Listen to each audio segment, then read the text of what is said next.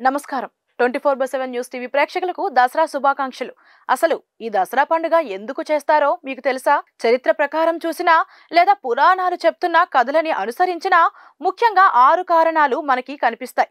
వాటిలో మొట్టమొదటిది మహిషుడు అనే రాక్షసుడిని అమ్మవారు సంహరించిన రోజునే విజయదశమి అంటే దసరాగా చేసుకుంటారు.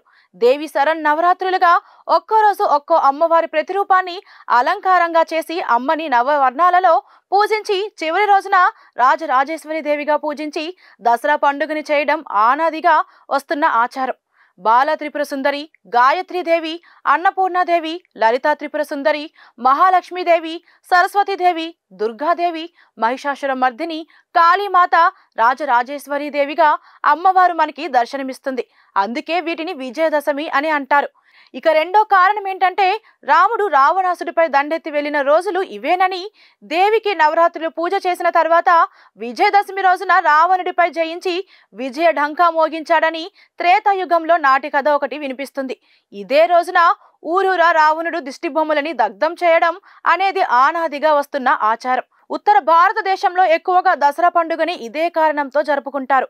ఇక మరో కథ కూడా ప్రాచుర్యంలో ఉంది. జమ్మి చెట్టు దగ్గర పాండవులు ఆయుధాలని మహన్నవమి రోజున కిందకి దింపి వాటికి పూజలు చేశారని చెప్తారు. పాండవులు వనవాసం, అజ్ఞాతవాసం తర్వాత ఈ ఆయుధాలని, బట్టలని జమ్మి వృక్షం పైనుంచి కిందకి దింపి ధరించాలని చెప్తుంటారు. అందుకే ఈ దసరా పండుగ రోజు అందరూ వాహన పూజ, ఆయుధ పూజ అనేది చేస్తుంటారు.